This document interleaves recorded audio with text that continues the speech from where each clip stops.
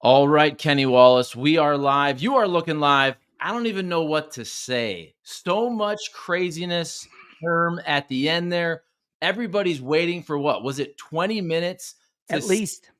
Right, what NASCAR is going to do with their ruling? Oh, by the way, Ryan Blaney wins, but that wasn't the story. Take it away, sir. Well, I think you and I agree, Charlie. We talked just about 30 seconds before we came live. I saw a lot of storylines, and we will exhaust ourselves. And I think all of you out there listening right now, you could go far back as the Roval, where, Alex Bowman is light and Logano gets in, then Logano wins on fuel mileage. So basically, the ruling that the Roval puts Logano in, okay, that's ruling number one by NASCAR. Now here we go. So basically, we got two cars in the Final Four that have ruled to be in. Do you follow my lead here? So, listen, I went over there on X and I did 10 minutes, and I'm going to tell you, wrong. But I said, here's what I see, Charlie. Charlie, here's what I saw. I saw desperation by everybody. Number one, Christopher Bell knows he's got to get by Bubba Wallace because they're giving him information. Christopher Bell drives that baby in there deep, gets loose. And here's key. He doesn't say to himself, he doesn't go, I'm going to ride this wall. He doesn't say that. He gets loose. He rides it up to the wall. I mean, like anybody, panic sets in to Christopher Bell because he's got to keep Bubba behind him. But for a moment, Bell forgets that, Bubba, give me this because we're both Toyota. So he could have let off the gas and got off the wall because William was not going to come back and pass him. Do you see what I'm saying? So I want to breathe a little bit. I want to give you a little opportunity. When you're done, so I deemed it legal because he did not intend to ride the wall. He ended up there. Now, yes, he did ride the wall, 45%. But when you're done, I want to go back to Chevrolet. So, okay. What do you? So after watching it, you see the wall ride. I agree with you that, it's kind of like in the game of football. They always say, is it a football move? To me, he made a racing move, right? He goes to pass Wallace. It wasn't like he just rode the wall like Ross Chastain. So he goes to pass Wallace, Bubba Wallace. He gets loose, and then he rides the wall. He comes off. So it wasn't just like the Hail Melon. And then as we're all sitting here waiting for whatever it was, 20 minutes, and you start to hear all of the radio communications between the Toyotas, between the Chevys, and it's pretty funny too. Like they're not getting away with it. They're clearly telling the drivers what to do without blatantly saying it. So once I saw that, I go, okay, both the Chevys and the Toyotas clearly were manipulating the finish of the race. At that point, do you just let it be then? Then I go to X, and I'm seeing a lot of, people like Jeff Gluck, a lot of big-time reporters saying, could you eliminate both of them? Could you have a final three? Could NASCAR have a final five? Could you let them both in?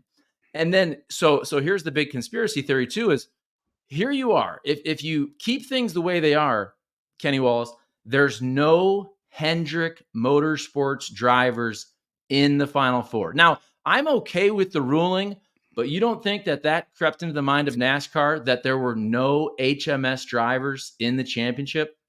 And I'm going to add to this. I don't believe in the black helicopter scenario, but it sure is fun to talk about it. So Chase Elliott, he's going to win it. Where the hell did Ryan Blaney come from? So, okay, listen, this is like AM debate radio. We're talking. So if Chase Elliott wins it, we got all the girls covered because they love him.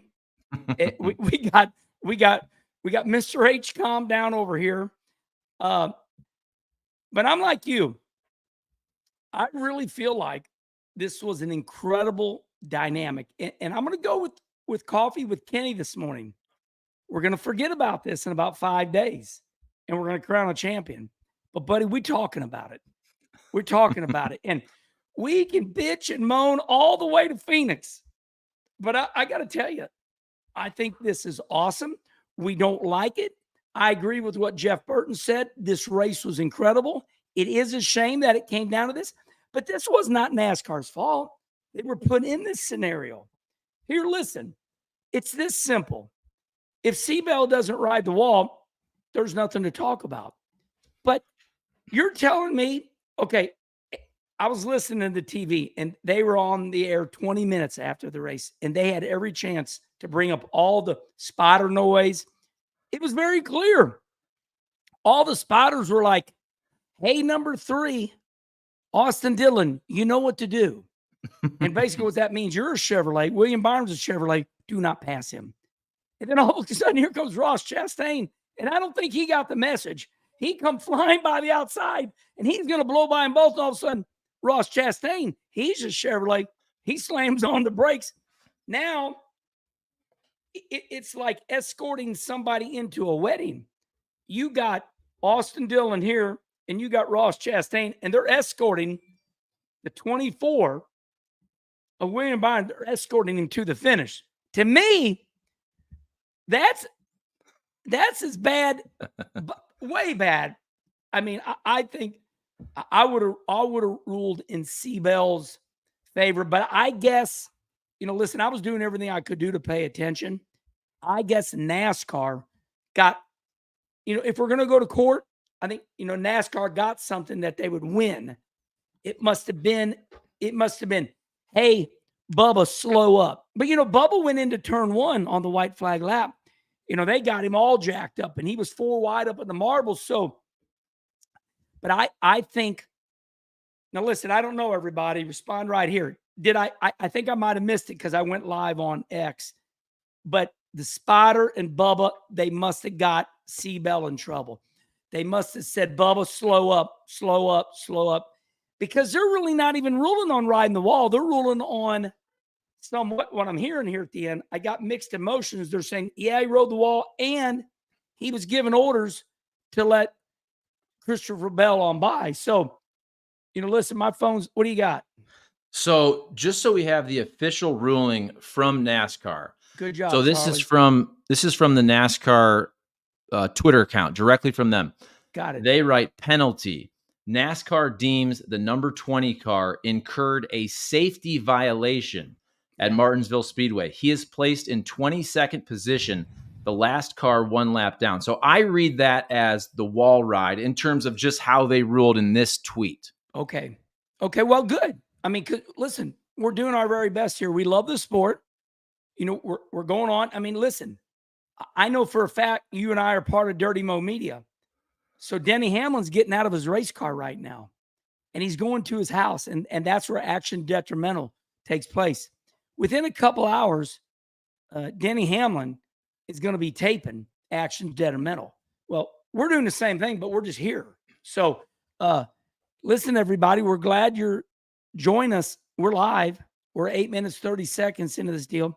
Charlie, you're really good at that stuff, man. You get information. You're on it way quicker than I am. So that is, okay, you got another one? Well, no, I think this is interesting from a driver. Yeah. So I saw this. Now, this is from Brad Keselowski. This might have been before the ruling even happened. You tell me. It was 4:57 p.m., so it was 24 minutes ago. So Brad Keselowski basically is just getting out of his car, and he says, this should be the last straw on the camel's back for the playoffs.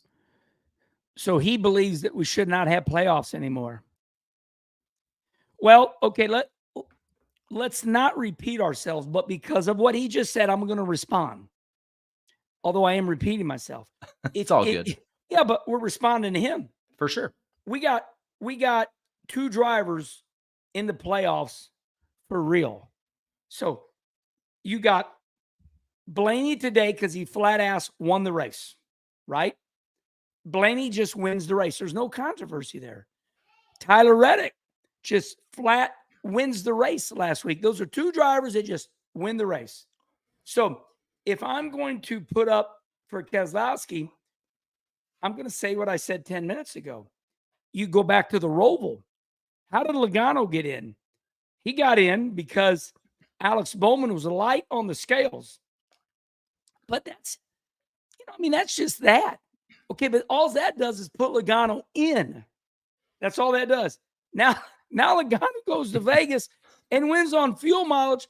And here we are. Christopher Bell wrapped up in the last two scenario races.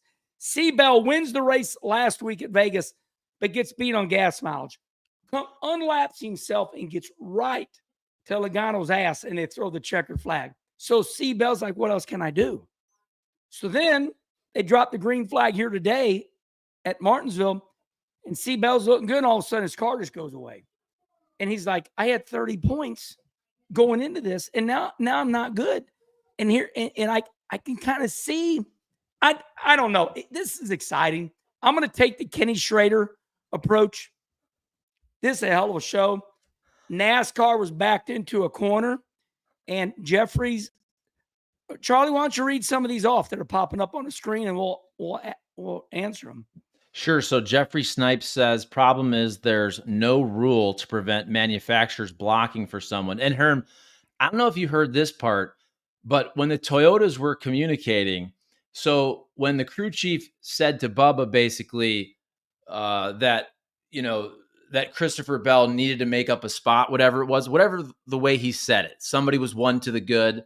And Bubba, somebody correct me if I'm wrong, but Bubba said something like, all right, I have some type of a tire issue. Like he immediately said something about a tire, which is just little fishy, Kenny.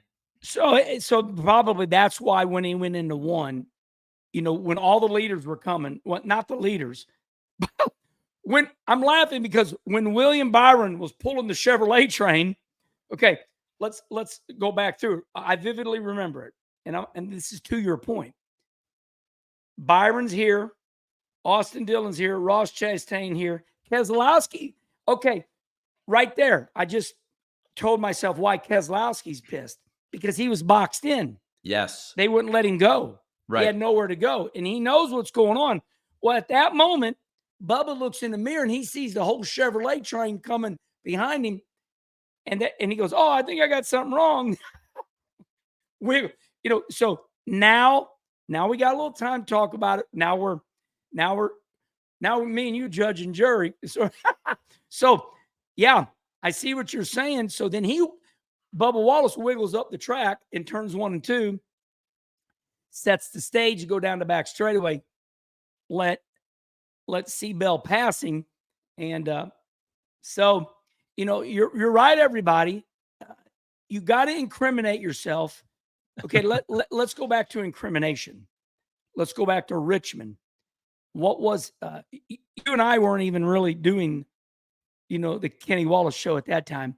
But what got my dear friend Michael Waltrip pretty much gone from the sport, Mikey listen, I love Michael Waltrip. We're just telling history.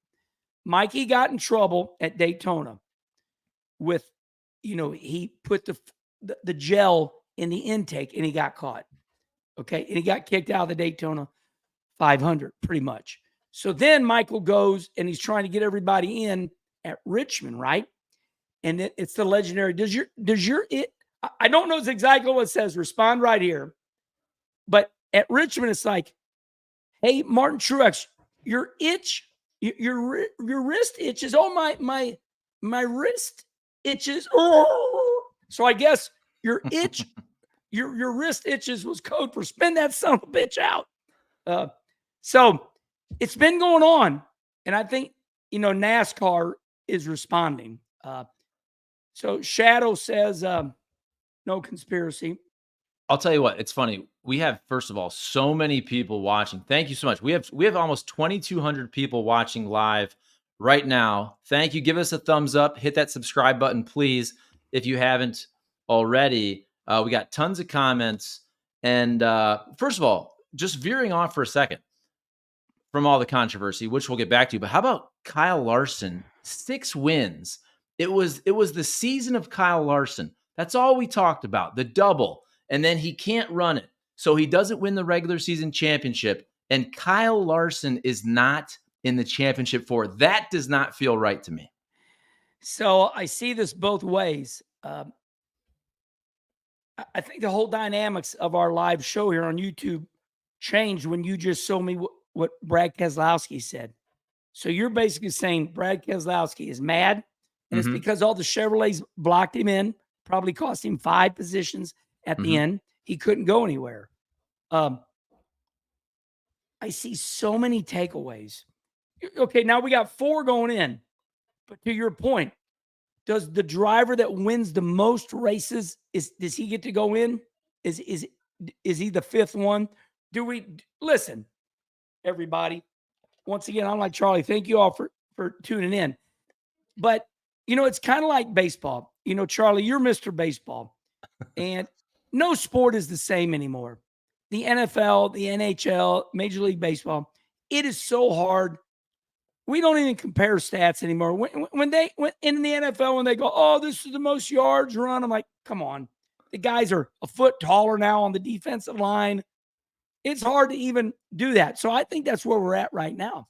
I would do an addendum to your point. I would say these 4 are in, and whoever wins the most races, and if there's a tie for the most races, then we'll go to the most second place finishes. And if that don't do it, you just keep on going down the line. But yeah, to your point, it is sad. Charlie, give me the stats. So you're saying that Larson won 6 races this year? And I don't believe, so he wins 6. I don't believe another driver won more than 3. So Blaney wins, I think Hamlin had 3. I believe, William Byron won 3 of the first 8 races, I think. I know on the broadcast today, they said that no driver had more than 3. And of course, Kyle Larson had 6. And here's one more thing. I know I'm jumping all over the place. It's okay. I'm waiting, we're just talking. Right. We're all processing this live. I mean, we're all sitting there waiting. I will say this. When I think about the great controversies in sports, as I was sitting there watching and waiting, I could make a case for NASCAR to do both sides of the way that they ruled. You know what I'm saying? Like, I think this is dang close to as a 50-50 call that you could make. Like, if they would have said Bell's in, I would have got it. If they'd have said like they did that Byron's in, I get it. This was a really, really tough call.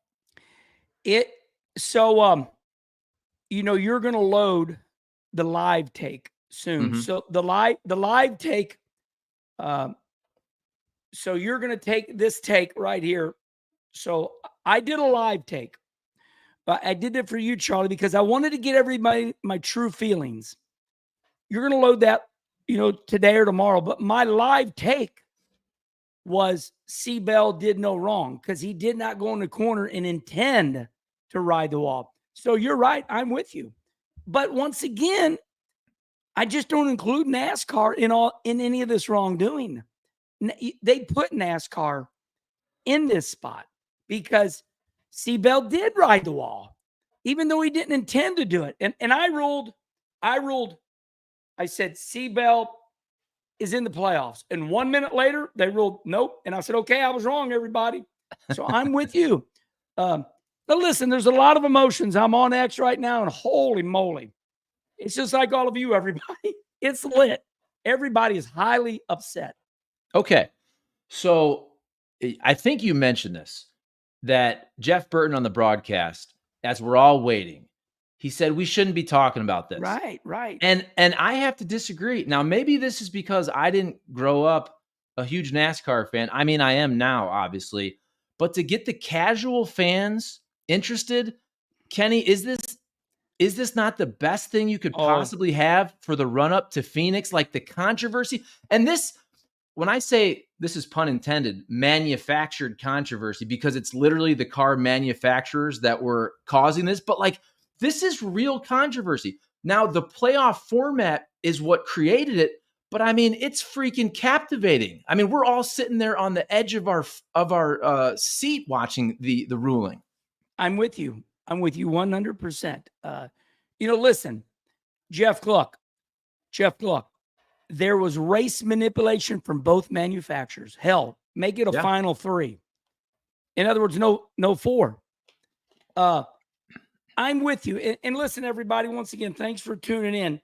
We're not defending one side, but I think Charlie and I agree. This is great for the sport. NASCAR didn't do this. NASCAR did not do this. C. Bell did it. Isn't okay. Brian Burley isn't. I'm sorry.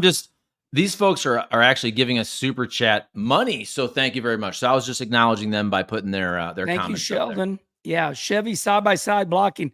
And that's why you gave us $5. Thank you, because we brought it up. Hey, listen, I know this is serious, but this is like Saturday Night Live at this point. But once again, what we say, Chevrolet delivers William Byron to the playoffs. They weren't going to let nobody get in front of them. So it was definitely, and once again, this is not NASCAR's fault. There was manufacturer, manipulation the whole damn end there. And I do think it's really interesting that Keselowski came out there on X really quick. Now, maybe other drivers did, and I didn't see it, but you probably saw this during the broadcast. Lee Diffley was saying, so he's saying, look, you got Austin Dillon, he's right there. You got Ross Chastain, obviously right there. That's two Chevys, and they're not going to pass the other Chevy and William Byron. But Lee Diffley kept talking about Brad Keselowski, because Brad Keselowski looked like he had a fast car, and he could not go anywhere because those Chevys had a straight up blockade going. And you have different agendas. You're at the end of the year here. Brad's upset that, he didn't make it into the playoffs. Buescher had a hell of a year. He had a bad race, but when you get older like Brad, you want to show everybody you still belong. Where'd Brad finish? Does anybody know? What? I'll look it up here. My point is Brad was probably, listen, the 24 of William Byron held off everybody for 30 laps, every bit of 20. So, Brad was going to pick up, because, they kind of, Ross Chastain got by Brad, because Brad was pinned to the bottom. So Brad lost a good 4 to 5 positions. And for an older man, that's big for him. Okay, let's find it here. So we don't got to constantly talk. This is live. Oh yeah, no, this is great though. So I mean, if Byron finished 6th, right? So and I'll check it, but I think it was Dillon was right around 7, Chastain 8, so Keselowski was probably around 9. I'll look it up here. Yeah. We see your questions, everybody. Bell, Byron, Reddick, Hamlin, Logano all have 3 wins when there's wow. Thank you, Brett. Thank you. Well, I think that leads to what you're talking about, Charlie. Man, when you got 6 wins and everybody else got 3, put the winningest driver in. And if there's a tie for the most wins, break it down who's got them. But yeah, it is sad to see the winningest driver, the best driver, not be in the playoffs. Now, did he deserve not to be in it? Well, yeah, he didn't perform the last 3 races. And I mean, I understand that's big boy stuff. Okay, so Brad got 9th. Thank you, Mike. Brad K was 9th, probably should have been 4th. So, his feelings are hurt. He's an older man now, and he's like, hey, I led this whole damn thing. What Jenny I would say? love. What so Jenny this Fletcher is say? Yeah, Jenny Fletcher says NASCAR looked at all cameras, including in cars. They listened to all radios. That's why it took so long. And I'm sure we'll hear more about this, but Herm, you know this. Tell me, when this happens, how many people you think are involved at NASCAR's level to make this call? I mean, is it Elton Sawyer? Is a member of the France family? I mean, are there 2 people? Are there 3 people? Like, how does this ruling come down from NASCAR, in your opinion? Well, okay. I do my very best to be, in other words, I always talk about people talking out both sides of their mouth, right? And I always talk about, oh, you got selective memory. If you remember through a lot of our shows, I said, number 1, I wish they would not break away. And I said, I wish they'd bring back, like, remember when me and Jimmy Spencer and Johnny Roberts did NASCAR Victory Lane? When we did NASCAR Victory Lane, the driver was coming in. We had a whole show after the race. And we were able to report on any drama after the race. You see what I'm saying? Mm-hmm. I said this about a week or 2 ago. I said they need to stay on the air, stay with it. So I'm being consistent here. I don't have selective memory. they did exactly what I wanted them to do today. They stayed with it.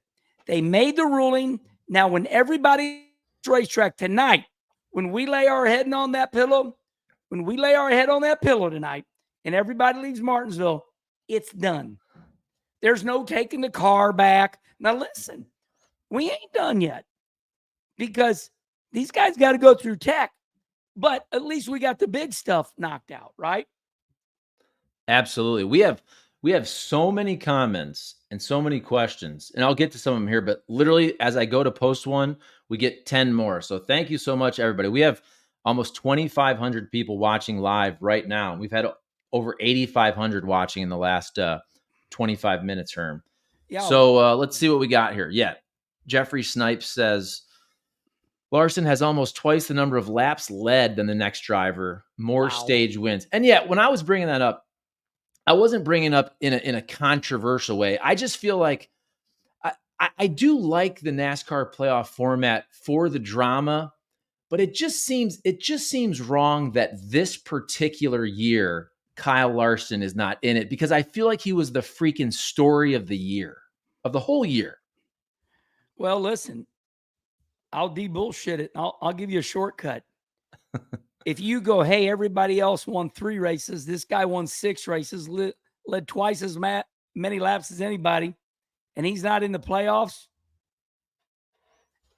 Listen, my brother Rusty, one of those years he won 10 races, sat on the pole 10 times and didn't win the championship. But that was a long time ago.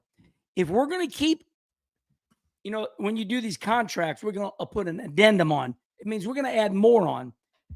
Listen, everybody, sports are over the way we remember it. The good old days are over. The stats are just diluted now. If you go to baseball, the bases are bigger. The ball is different. These guys have got medicines and gels, and it's a, damn, these guys used to smoke cigars, and there is pictures of that out there of guys in the NFL smoking a cigarette and throwing it out because they got to go back on the field. These guys are specimens now. They're giants. So, you're definitely going to break records. So my point is, hell, we're going to be changing rules every year now. Let me see. Kenny, please tell us that go ahead and read that, Charlie. Okay, this is from Brett. Brett says, Kenny Walls, please tell us that if you were about to win the race, if you hit the wall like Bell did, that you are going to lift. But so I have a question off that. Same question. When you saw the action where Bell gets loose, hits the wall, yep. Kenny, in your opinion, did he hang on the wall a little too long? Like, could he have gotten off the wall sooner, is I think my question and Brett's question. Brett, I'm going to answer your question. As soon as I saw it, I went, he's going to be illegal. And then in my mind, I was trying to justify it.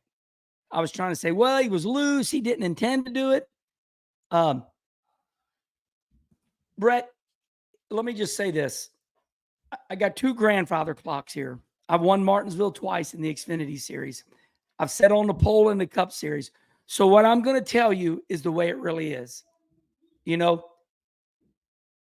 When you're in the race car, if you got information, it's easier to respond. If Christopher Bell could have known, here's key. I'm going to say it slow. If C. Bell could have known, without a shadow of a doubt, that Bubba was going to give him that position, we're not even talking about this. But I don't think C. Bell knew. I think C. Bell thought he was still racing Bubba. I think they're going to go home tonight in the van. I think the team's going to go home. I think C. Bell's going to go home. And I think they're going to go, man, we just couldn't relay that quick enough to Christopher. So my answer to you is that I don't think C. Bell knew that Bubba was giving him the position. So in his mind, he's thinking he's still racing Bubba. Mm-hmm. So he goes down in there and he backs it into the wall and he gets in, he rides the wall because that you're desperate. You don't know. I would have done the same thing. I would have done the same thing. But as a fan, sitting my ass on the couch, I'm like, they're going to find him illegal. And he was. And I tried to give we're in court. Okay. I'm acting silly right now, but we're in court. My driver, Christopher Bell, did not intend to ride the wall. He did not go down the straightaway and go, I'm going to ride the wall. However, he rode the damn wall for a half a time. So Bell could have came off the wall legal. Yes. Yes, Brett. He could have immediately let off. But how do you do that? This stuff's happening a millisecond. So Seymour says if Chevy isn't blocking for 15 laps, Seabell doesn't need to do any of that. And I don't know if it was 15. I know that last 6. Again, Lee Diffie, he basically said with 6 laps to go. And I'm like, there's no way Byron can hold him off. But then you start to do the math. Oh, they're both Chevys. He sure can hold him off. Go ahead. Well, no, I'm with you. I just do that stuff. When I'm watching, I'm like, how in the hell? And for like 10 laps, I'm like, oh, Christopher Bell's floating it in. They're not knocking him in the ass. And then he would roll the bottom and get a good drive off. And I'm like, oh, he's doing it. And then I'm like, duh, those are all Chevrolets behind him, So, Herm, what do you think can be done about the manufacturer blocking going on in the playoffs? And it'll probably happen again in Phoenix. I was watching some of the press conferences at Martinsville yesterday, and forgive me, I can't remember who said it, but one of the drivers even brought this up. They brought up how difficult it is basically at the end here because there's so much manufacturer help, right? Obviously, you got a Penske car in. You already have a 2311 car in, but today you're looking to get a Gibbs car in. You're looking to get a Hendrick car in, and the other Chevys were going to help out the Hendrick cars, and then the other Toyotas obviously trying to help out, whether it was Christopher Bell in this case, but it would have been Denny Hamlin if Denny Hamlin had a shot. What do you think about that? I mean, can you fix that? What could NASCAR do to fix that? Charlie, I once asked the St. Louis Cardinal organization, Ricky Horton. I was in a little deal and I raised my hand and Ricky said, go ahead. I said, why is it fair for the Cardinals to not have the same money that the Yankees and the Cubs and LA have? We cannot. St. Louis only has, I'm just going to say a number. We can't help it that there's only 10 million people in St. Louis and there's 100 million people over there in LA. We can't help that. The big cities shouldn't get all the money and get Shawnee Ohtani or whatever his name is. And it's not fair. Okay, now that I've made my case there, now I'm going to answer your question. When NASCAR allowed one owner to have 4 cars, I went, uh-oh. You can go back 25 years ago when that started. And I said, we're going to have 7 owners in the whole series. So right now, I've counted. Everybody respond right here. Listen, you're part of the conversation. I count 15 to 16 total car owners for 40 starting spots. They say you can enter 40 cars. 40 cars. That's what they're doing. They're saying next year there's going to be 32 charters, but they're going to start 40. And there's only, I think there's 15, but I'm going to say 16. You're welcome, Brett. He said, thanks. So I'm answering your question. When you allow one car owner to have 4 cars, now listen, I believe in hard work and making money. So you know where I stand. I believe in hard work and making money. And I'm on that side of life. But Charlie, when you allow 3 owners to own 12 cars, you're getting to where you got 3/4 of the field, you add on a couple more. So, you look at Formula One. Let's take a look at Formula One. I've seen the most, and respond here, everybody, on this. All my old guys out there, you know this. In Formula One, Charlie, now listen, you're getting really good at this racing, but I want to give you something you'll blow your mind. In Formula One, they follow team owners so bad, it's legal, it's allowed, that the second driver, like let's say Ayrton Senna's the main driver when Ayrton was living. He's the main driver, but he's not having a good day. And the B driver's not doing that good. The B driver would be leading the race, coming off to the checkered flag and pull over and stop to almost where the motor would die and let Ayrton come on and pass him. And they'd go, oh, yeah, oh, great teamwork. I'm like, if we did that in NASCAR, they'd kill us. Could you have seen today if the leader of the race, could you see Ryan Blaney going down the back straight and just pull over and let his teammates go by? Charlie, they do that. They did that in Formula One. And it's like, oh, so my response to you is this is child's play. This ain't nothing compared to Formula One. Formula One, and they love Formula One. Oh, sophisticated cars. I don't care about the racing. I like the cars. Look at they let them work on them. It's a beautiful machine. I'm like, get out of here. Oh, they can't even touch tires.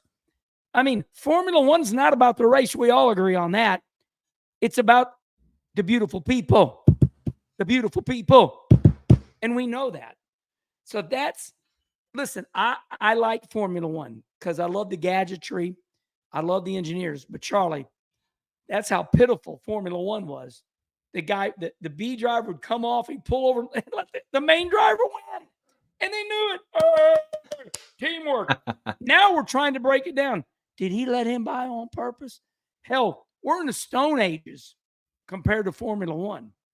So I think this is a great comment. Stephen Ruffin says, NASCAR wasn't going to not let Hendrick out of the playoffs. Now, we brought this up, but think about this, because at the end of the day, Kenny, these are human beings making a decision that's damn near 50-50. And here's something that we probably should mention. Now, I know Alex Bowman's car was too light, but Hendrick already kind of got screwed in the playoffs. I know they broke a rule, but they already thought Alex Bowman was into the round of 8. And then all of a sudden, a couple weeks ago on a Sunday night, Alex Bowman gets DQ'd. So they already got one on Hendrick this playoffs. You got to think that's also in the back of their head a little bit. And they're looking at a 50-50 call here. And it's a Hendrick driver. And they have no other drivers in the playoffs. I'm just saying, as human beings, all of these things have to creep into your brain when you're making these decisions. And I'm not going to try to appoint you. Speak beautifully. I'm just going to go with you. Imagine if it was Elliott in William Byron's spot. Uh-huh. Oh my God. Now it's, so I understand the man said, they got Hendrick in, but it was just William Byron. And listen, William Byron won the Daytona 500, and we had him on Kenny Conversation. Taylor Cool, the great girl dirt racer from Iowa, got way more views than William Byron. I love William Byron, and I've told him this. Nobody knows who he is. So they got the wrong Hendrick driver in, Charlie. If they wanted to get Hendrick in, they needed to get Kyle Larson or Chase Elliott in. Thank you, Fish. Thank you. Yeah, do you think so? Again, as we're kind of just playing out these hypotheticals, don't you think it is a different situation if it's, let's say, Chase Elliott or Kyle Larson? Or what if, look, we all love C. Bell, but C. Bell's kind of boring, right? What if it was Denny Hamlin? Now, that opens up a different can of worms because he's literally suing NASCAR. But what I'm saying is you do want 4 big personalities, right? You want the stars there. All these things come into play, which makes it fascinating. But I will say, look, C. Bell and William Byron, we love them both, but they're both kind of on the boring side. Charlie, the Herminator. Look, storylines. 1, 2, 3, 4. I have 4 storylines I put all over my ring light here. The one I didn't put on, there's more storylines going into the championship race, and you're the one that brought it up. Good job. Michael Jordan is suing NASCAR, and he's in the championship Final 4. Wow. So now if they rule wrong against Reddick next week, Tyler Reddick is Michael Jordan's driver. Because they suing NASCAR. Charlie, we can go until the cows come home. They put Hendrick in. They use in reverse psychology. They let Michael Jordan's driver pass Blaney on the last lap at Miami. This stuff is crazy. What we got here at Knox? Knox Wallace got my last name. He just says, but there's still post-race inspections to go. Hell, Larson, Hamlin might be in by tomorrow morning. How about this, though, also? the storyline of the first, I can't even remember how many races it took Ford to win a damn race, but it's all we talked about at the first part of the season. And the Penske cars at the end, Kenny, they're always there. You had Joey Logano win it 2 years ago. You had Ryan Blaney win it last year. And now both of them are in the championship 4 again with a chance to win it. Roger Penske and those cars, they race when it counts. Charlie, I'm bad at talking about our Cardinals. What year was it? What year was it? Because I talked to Tony La Russa. 1 year we backed in with 85 wins. 06. Okay, so we go to Atlanta. Was it Atlanta we won the 1-game playoff? I could be confused in everything. Yeah. But the bottom line is as long as you win, baby. I didn't have San Diego playing the Dodgers that tough. Hey, they were just a little bit away from San Diego knocking off, the Dodgers. You could go one way or the other. I mean, the right team won the World Series. Okay. But I'm with you. I'm with you. What we got here?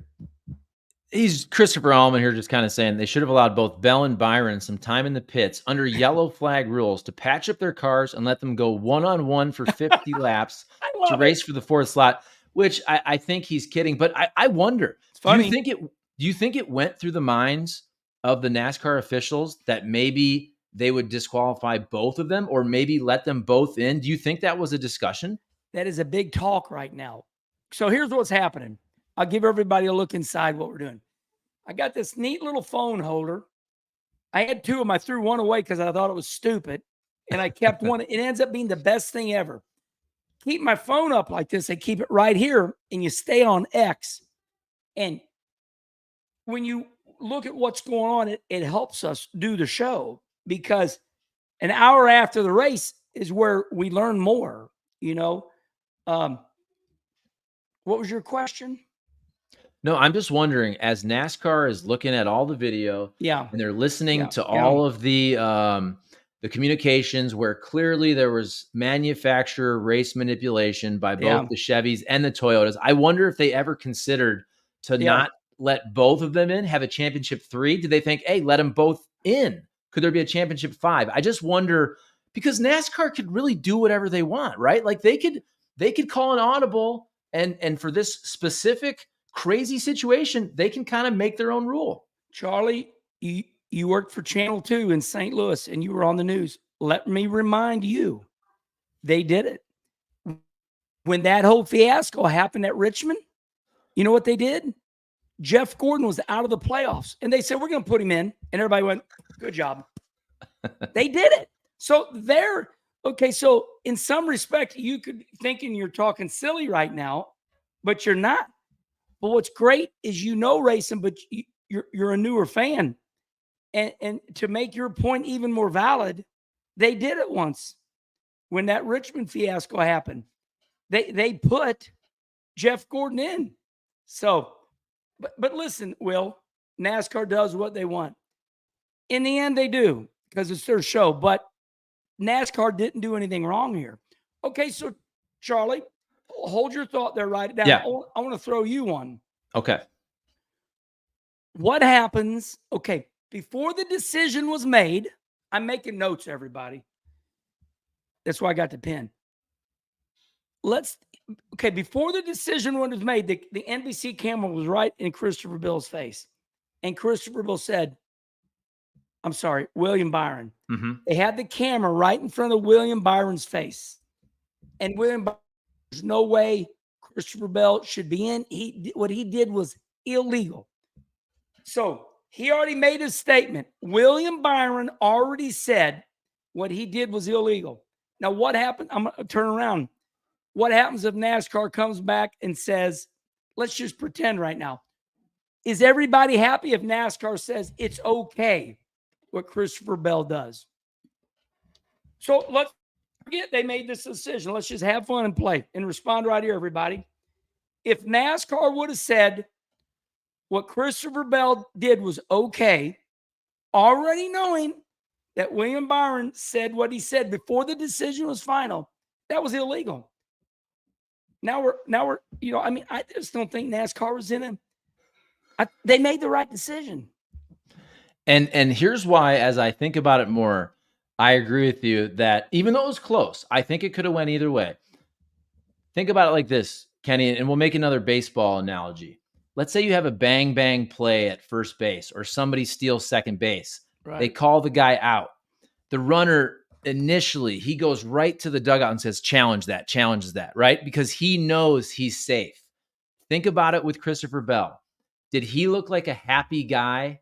He knew it. No, he knew he screwed up. Like he knew that he did something wrong and he was guilty. He had, and I love Bell, but he had that guilty look on his face. Oh, yeah. He wasn't celebrating. He was sitting there on his car and he was hoping and praying that NASCAR ruled in his favor, but he knew that he at least was right on the edge of breaking the rule, if not blatantly breaking the rule. Yeah, no doubt. And that is a really good take because in one of my live takes on that 10-minute video I did while I was live, I said, Christopher Bell don't look happy. And, you know, he's not, you're right. He was never like, we made it. He was like, him and Bell. So, yeah, you're a good take. Well, Charlie, this is my first live deal I've done. I think we've done really good. Oh, Herm, we got 2,500 people watching. We've had 14,000 people watch in the last 46 minutes. It's fantastic. Now that I'm retired, I'm very busy. But I enjoy doing this because it keeps all of us together, right? Everybody, you're watching this. Okay, what do you say here, Charlie? What did Will say again? What is the distance a car is on the wall to be considered a wall ride? Yeah, that's a great question because I said, oh, he's legal because he only rode a quarter of the wall. Well, I think you rode the damn thing halfway. Yeah. Wrong. What Brian say here?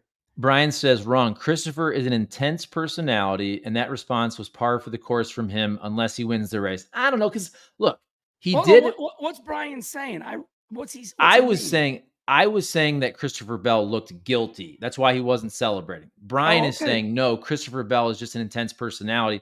Okay. What was the race that he came in second where it looked like his dog died? Vegas. Vegas. He led the whole damn. Okay, I agree. Brian, that's fine. But you know what? Think about it. Christopher Bell knew exactly the opportunity that had slipped away at Vegas because even though he dominated that race, he almost won it. He finished second. He knew in this playoff format, if you don't get that win, anything crazy can happen. And Herm, don't you think everybody thought Bell was going to point his way in? He was today. Listen. And then he gets turned early and the whole strategy goes out the window. Brian, first of all, Charlie, good take. And Brian, I want to respond to you. You know, Christopher Bell, a good friend of mine. I go to the Chili Bowl. I get it. But you know, Christopher, listen, everybody say Christopher's locked.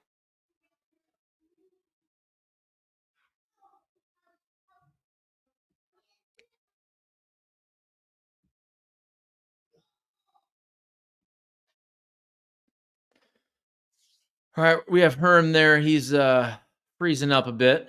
We'll see if he'll come back. Jason Carney, thank you for your super chat. Bowman should be in. Going back to the fact that Bowman was DQ'd, obviously, for his car being too light. No.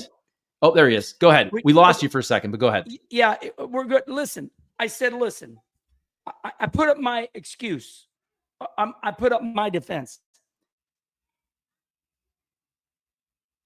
I like Christopher Bell. I don't want nobody to be sensitive. We're not picking on nobody here. Let me paint the story here. Christopher Bell goes in to Martinsville, and everybody's not even paying attention to him. He's got 30 plus points to the good. He's in. But Bell goes into turn one all by himself and spins out. It's like, things have gone bad here. After that spin out, his car was never the same. Whether it tweaked a tow rod, you know, it's a wishbone, right? Whatever. Bell's car was no good today. After his spin out, he was constantly there's constantly lapping him. So I don't want anybody to be sensitive here. We're not picking on any damn body. We're breaking the race down. Christopher Bell and all of you, and including us, we never saw this coming in a football field. we started the race at Martinsville today. Everybody on the 20 team, they have shaved up. We're looking good. They didn't see this. You got to make all the laps. You can be 40 points to the good and still not locked in for some reason. Because if you're on the limit and a new winner comes in, they knock you out. So, yeah, I think some people are a little sensitive here that they ruled against Steve Bell. Go to the live one. I ruled he was legal. Okay, I ruled what Steve Bell did was okay. So I don't want anybody going, oh, you're against my man. No. Hey, to make you all feel better, I lost a massive Busch Grand National Championship at Martinsville. Devastated me. Devastated me. I know what it's like to be devastated. I had a championship ring and I had a distributor break and Bobby Labonte finished the race and I didn't. I know what it's like to be devastated. I'm with you all. But the bottom line was I didn't finish my championship run because I had a part failure. Steve Bell didn't finish his championship run because his car on a handbasket. Now, he's one of the greatest drivers of all, and he's our man. But as my mama would say, this too shall pass. He's still the man. Hell, go to Phoenix and win the race. But I'll tell you this. I'm going to end on this, Charlie. Last year at Phoenix, the winner of the race had nothing to do with the championship. It was Ross Chastain. For Ross Chastain won the championship race last year, and they never put a damn camera on him. Because who won it? Blaney? Blaney won the championship last year. So, it was not Christopher Bell's day. And I understand you all are upset. But we're going to have to get over it. Because I had to get over it when I lost my championship. It sucks and it hurts like hell. And you just about need therapy. But it's all going to be all right. I ended up being fine, and I got my due at the end of my life. I'm okay. I know what it's like to have devastation.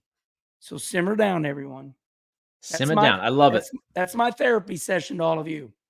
I'll tell you what. Let's end on that. Let's acknowledge on my shirt, on your hat, we got the logo right there, baby. Yep. Oh, yeah, this JEGS everywhere. This live stream brought to you by JEGS, baby. The leader in high performance aftermarket car parts. Remember to go to jegs.com for everything you need to fix your vehicle or hot rod up. And as they say, they got truck parts and Jeep parts. All right, Charlie. Well, I kind of like this live deal. Maybe we should do this next week.